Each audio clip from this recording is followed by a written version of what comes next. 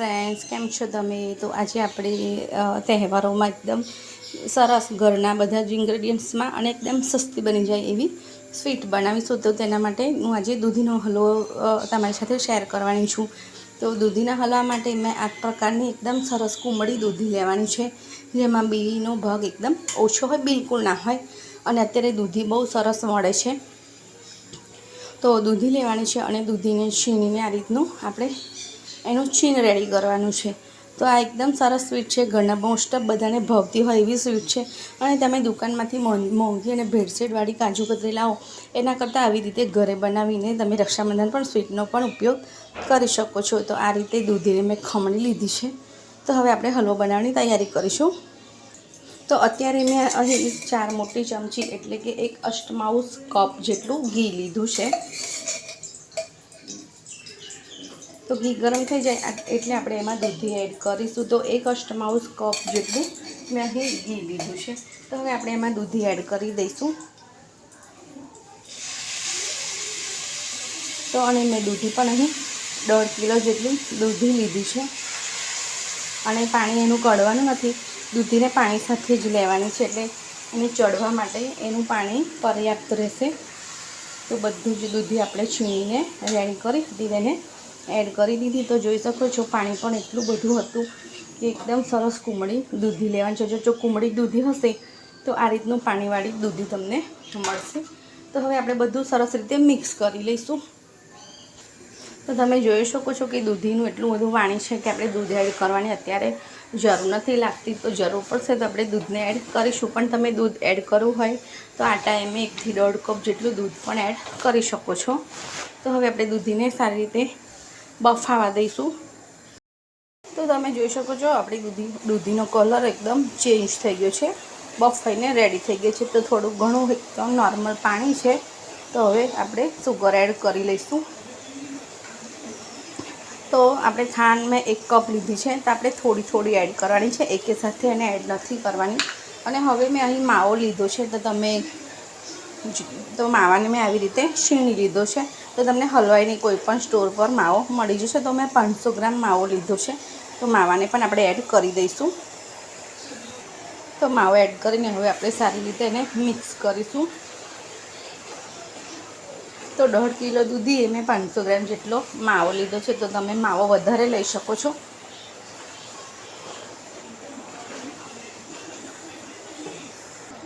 તો માવોને આપણે દૂધી મિક્સ કરી લીધી છે. તો હવે બાકી રહેલી અડધો કપ ખાંડ ફરીથી એડ કરીશું અને સારી રીતે આપણે બધું મિક્સ કરી લઈશું. તો તમે જોઈ શકો છો હલવાનો કલર થોડો એવો ચેન્જ થઈ ગયો છે.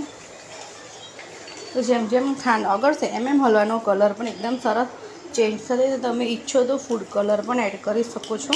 તો આપણે અત્યારે થોડો જેટલો ફૂડ કલર એડ કરીશું, જેથી કરીને બહાર મળે એ રીતનો હલવો દેખાય. તો મેં અહીં ગ્રીન કલર લીધો છે. તો તમને ના એડ કરવો હોય તો તમે સ્કીપ પણ કરી શકો છો. તો અહીં મેં બીજી અડધો કપ ખાંડ એડ કરી છે, એટલે ટોટલ મેં 1.5 કપ ખાંડ લીધી છે. તો આ ટાઈમે ખૂબ જ ધ્યાનથી આપણે હલાવવાનું છે, નહીં તો એના જે છાંટા હોય એ બહાર આવી શકે છે. એટલે તમે ચાહો તો આ રીતના ઢક્કણની હેલ્પ લઈ શકો છો. તો જ્યાં સુધી પાણી હોય ત્યાં સુધી આને ફૂલ ફ્લેમ કરીને આપણે બાળી લઈશું. તો જોઈ શકો છો આપણા હલવાનો કલર એકદમ બહાર જેવો આવ્યો છે. તો હવે આપણે ઇલાયચી એડ કરી લઈશું અને પાણીનો ભાગ પણ એકદમ ઓછો રહ્યો છે. તો થોડું ઘી પણ એડ કરી લઈશું. તો મેં અહીં હાથેથી જ એલચીને વાટીને લીધી છે. તો લગભગ 10 થી 12 નંગ જેટલી એલચી લીધી છે. તો એલચી એડ કરીને આપણે સારી રીતે મિક્સ કરી લઈશું. તો 1 થી 2 મિનિટ માટે આપણે ફૂલ ફ્લેમ જ રાખીશું, જેથી કરીને જે પણ એક્સ્ટ્રા પાણી છે એ બધું બળી જાય. તો જોઈ શકો છો ગાજરનો હલવો બનાવો દૂધીનો હલવો બનાવો એકદમ જ ઇઝી છે. તો તમે પણ આ રક્ષાબંધન પર ભેળસેળવાળી મીઠાઈ ખાધા વગર આવો હલવો બનાવીને ભાઈને ખવડાવજો. તો એકવાર મારી રેસીપી જરૂરથી ટ્રાય કરજો.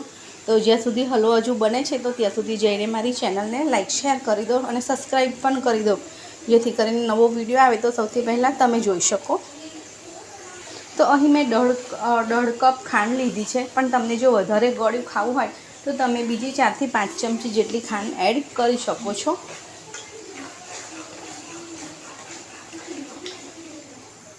તો હવે આપણે ઘી એડ કરી લઈશું. તો જેમ મેં પહેલાં 4 ચમચા મોટા ભરીને લીધા હતા, બસ એવી જ રીતે અત્યારે હું ફરીથી 4 થી 5 ચમચા જેટલું ઘી લેવાની છું. એટલે ટોટલ અહીં મેં અડધો કપ જેટલું ઘીનો ઉપયોગ કર્યો છે.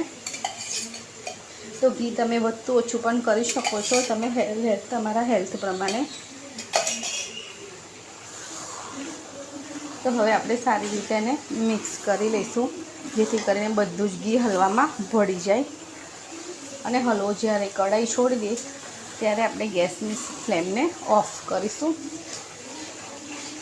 તો આ ટાઈમે તમારે કન્ટિન્યુ હલાવવાનું રહેશે, નહીં તો નીચે ચોંટી જવાની શક્યતા રહે છે. જો હલવો સહેજ પણ ચોંટે તો એનો ટેસ્ટ ચેન્જ થઈ શકે છે, ટેસ્ટ બગડી શકે છે. તો હવે જોઈ શકો છો હલવો આપણો એકદમ સરસ બહાર જેવો રેડી થઈ ગયો છે અને કઢાઈ પણ છોડી દે છે, તમે જોઈ શકો છો. તો હવે આપણે ગેસને બંધ કરી દેવાનો છે અને ઘી પણ સરસ રીતે ભળી ગયું છે. તો હવે આપણે ગેસને બંધ કરી દઈશું. તો અહીં હલવાને મેં આ રીતે ટ્રે લીધી છે, જેને મેં ઘીથી ગ્રીસ કરી લીધી છે. તો હવે આપણે બધો જ હલવો એમાં લઈ લઈશું અને હલવાને આપણે એકદમ સરસ સરખો કરી લઈશું.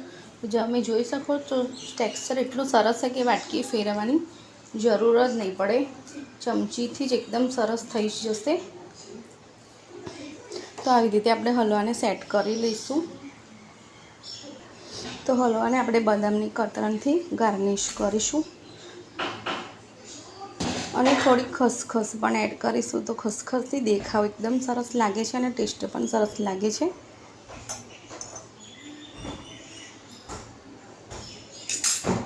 અને સારી રીતે આપણે પ્રેસ કરી દઈશું.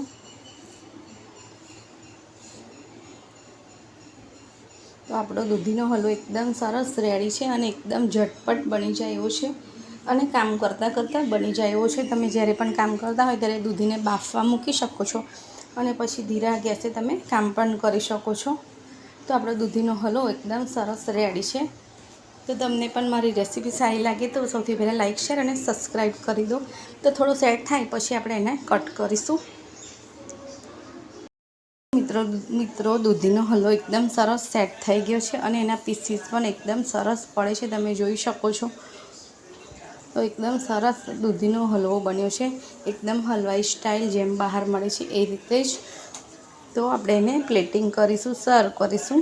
તો બધો દૂધીનો હલવો સેટ થઈ ગયો છે.